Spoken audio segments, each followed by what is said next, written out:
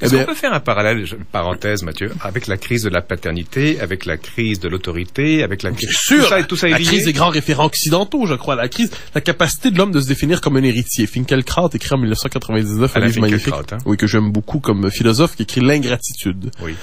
L'ingratitude domine aujourd'hui, dit-il. Aujourd'hui, l'émancipation se pense non pas sur le mode j'accepte une tradition tout en me la réappropriant librement. Aujourd'hui, c'est je me sépare de toute tradition, de tout héritage et je veux me définir comme une page blanche, repartir tout à zéro. Comme Freud disait, il faut tuer le père et je crois qu'il fallait dire merde à la mère, je pense. Et le problème, c'est qu'on a oublié de dire qu'il faut se réconcilier après. On veut même aller jusqu'à ravager la sépulture du grand-père. Alors, et on veut pas se réconcilier. Non, certainement pas. Certainement pas. L'émancipation marque toute... L'émancipation telle qu'on la comprend aujourd'hui marque un refus de toute réconciliation. Alors, je reviens à cette idée, fuir le Québec. Il y a dans notre histoire cette tentation de l'exil d'une société inachevée.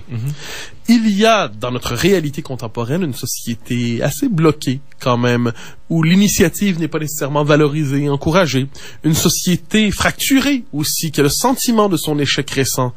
Une société dont la métropole favorise aujourd'hui le développement de ces fameuses identités multiples qui sont nécessaires dans le capitalisme mondialisé, dans la gouvernance mondialisée, dans l'idéal du citoyen du monde. Ajoutons à ça un élément dévalorisation du patriotisme, survalorisation d'une espèce d'individualisme esthétique et marchand. Prenons le contexte général. Partout en Occident, les vieilles nations qui entrent en crise voient la possibilité, surtout avec la mondialisation, les moyens de communication qui se développent, les moyens de transport se développent.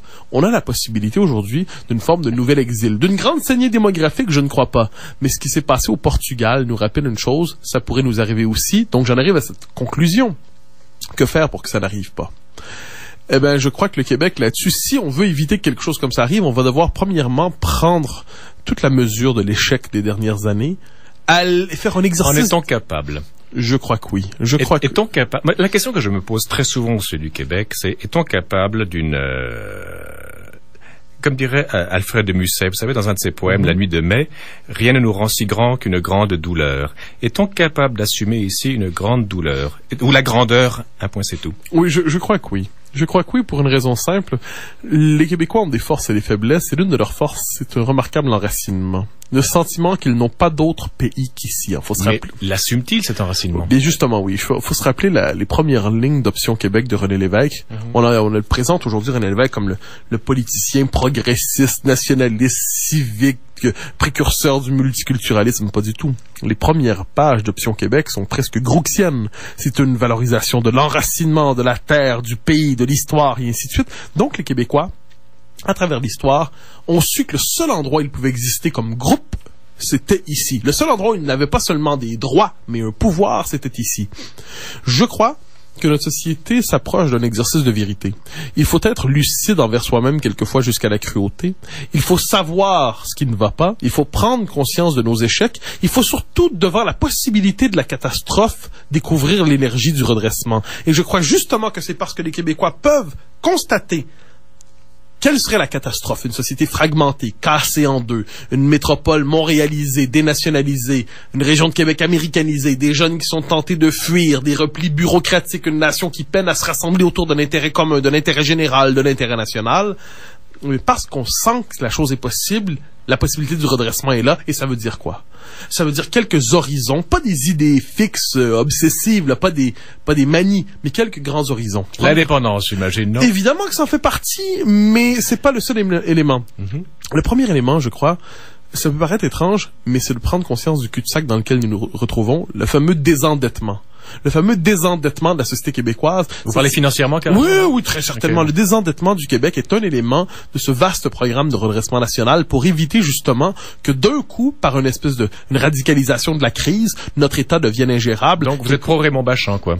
Vous êtes libéral. Non, je ne crois pas. Ah, voilà, j'ai découvert votre secret. Mon cher ami, je crois que vous vous trompez. Non, ce que je constate, c'est que tous les partis politiques ont reconnu d'une manière ou de l'autre l'impératif du désendettement. Oui. Mais il y a aussi la possibilité de vivre en français chez nous. Cessez de croire que dans ce pays qui est le nôtre, le français, c'est une langue charmante et secondaire qu'on parle avec ses parents le jour de Noël. Le français doit redevenir la norme. Autrement dit, on doit pouvoir ici, dans notre propre culture, ne pas avoir à s'exiler lorsqu'on veut décider de comment dire, s'ouvrir sur le monde, de travailler, de gagner son pain et de participer au monde. Et élément, le troisième élément, vous l'avez mentionné, mais par esquive stratégique, je l'ai mis en troisième, évidemment. Oui.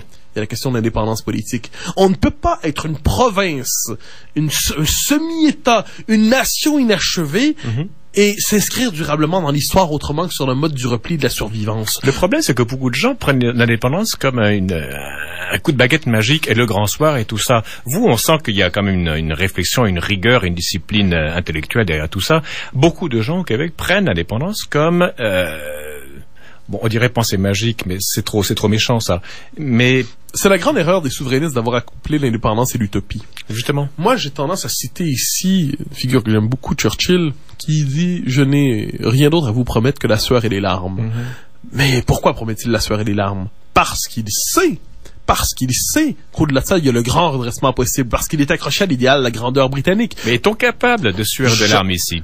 Je crois que oui. Pensez par exemple à Lucien Bouchard, qui n'avait pas un discours jovialiste, c'est le moins qu'on puisse dire.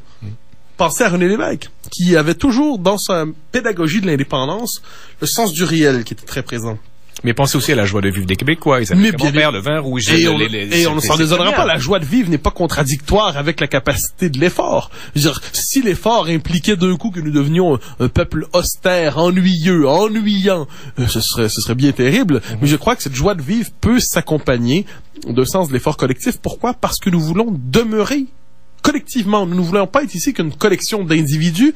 Nous voulons que ce groupe, cette nation, puisse continuer d'avoir un pouvoir sur elle-même. Alors, voilà pourquoi je crois que si le Québec est capable de se donner ce grand programme de relèvement, de redressement, eh bien, de ce point de vue, j'ai l'impression qu'il y aurait ici un nouvel élan québécois. Mais ce qui me dérange dans ce que vous dites, Mathieu, c'est toujours le grand projet. On est tout le temps dans un supplément d'âme, le grand projet, un projet rassembleur, mobilisateur, un truc collectif. Ça ne devrait pas commencer avec chaque individu à petite échelle plutôt, parce qu'on tombe tout le temps dans la grandeur qui devient la grandiosité. Vous pensez pas? J'ai absolument rien contre le fait que chacun décide de se reprendre en main dans sa vie s'il en a le besoin, si c'est nécessaire. Mais vous conviendrez avec moi, cher ami, que le politique est le domaine de l'action collective. Oui, mais qui s'enracine dans... Bien sûr, mais pas seulement. Les institutions ne sont pas qu'un agrégat d'individualité. Elles transcendent ça. Les institutions portent une action collective, elles s'inscrivent dans l'histoire. Leur temporalité, d'ailleurs... Oui, mais il faut que le terreau soit fertile. Non, mais ça, je crois que les Québécois ont bien des défauts, mais faites d'un sondage à l'autre, faites multiplier les enquêtes d'opinion. Les Québécois savent que de grands efforts seront nécessaires, d'une manière ou de l'autre.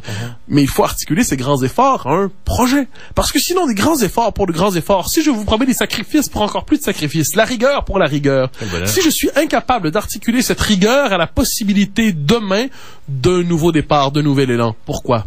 Et j'ai l'impression surtout que si le Québec ne fait pas ses efforts, d'ailleurs, un qui le sait notamment, c'est François Legault, qui dit souvent, mon principal objectif, c'est que les Québécois qu'on reste au Québec. Et là-dessus, il y a une grande lucidité.